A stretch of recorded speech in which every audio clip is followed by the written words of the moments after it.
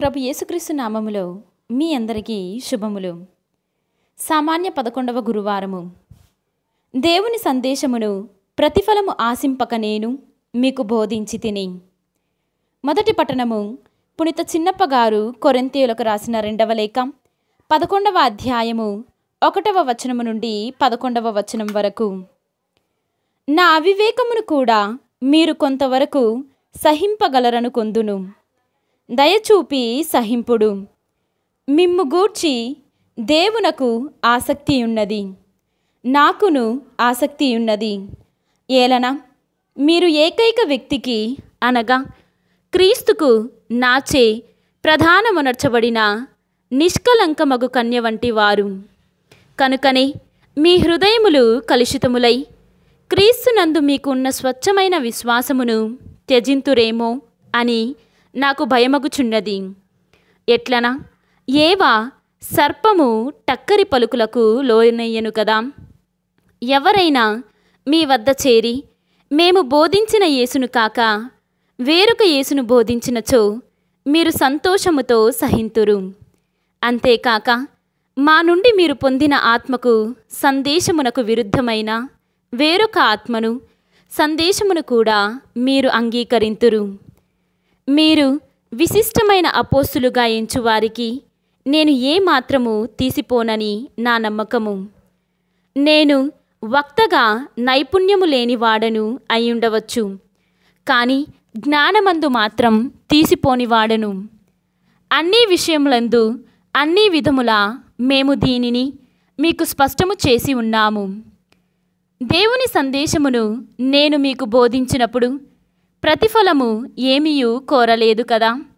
అంతేకాక మిమ్ము గొప్ప వారిని చేయుటకు నేను వినమ్రుడనైతిని. అట్లు చేయుట తప్ప? మీ వద్ద నేను పనిచేయుచున్నప్పుడు ఇతర క్రీస్తు సంఘముల నన్ను పోషించినవి కదా.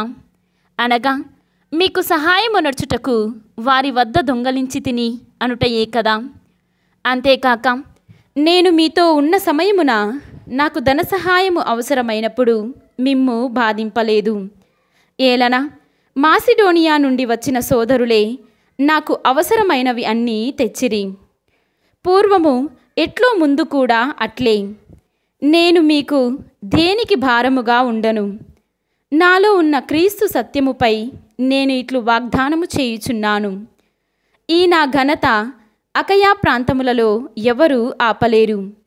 నేను ఏల ఇట్లు చెప్పుచున్నాను, మీపై ప్రేమ లేకపోవుట చేతన కాదు, నా ప్రేమ సత్యమని దేవునికి ఎరుక. ఇది ప్రభువు వాక్కు. సర్వేశ్వరునికి వందనములు.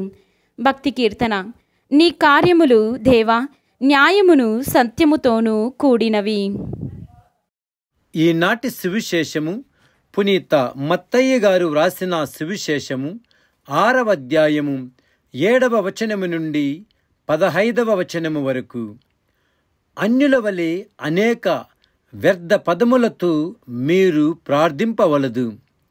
అట్లు చేసినా గాని దేవుడు తమ మొరనాలకింపడని వారు భావింతురు. కాబట్టి వారి వలె మీరు మెలుగరాదు. మీకేమి కావలియును మీరడుగక మునిపే మీ తండ్రి ఎరిగియున్నాడు. మీరిట్లు ప్రార్థింపుడు: పరలోకమందున్న మా తండ్రి, నీ నామము పవిత్ర పరపబడునుగాక. నీ రాజ్యము వచ్చునుగాక.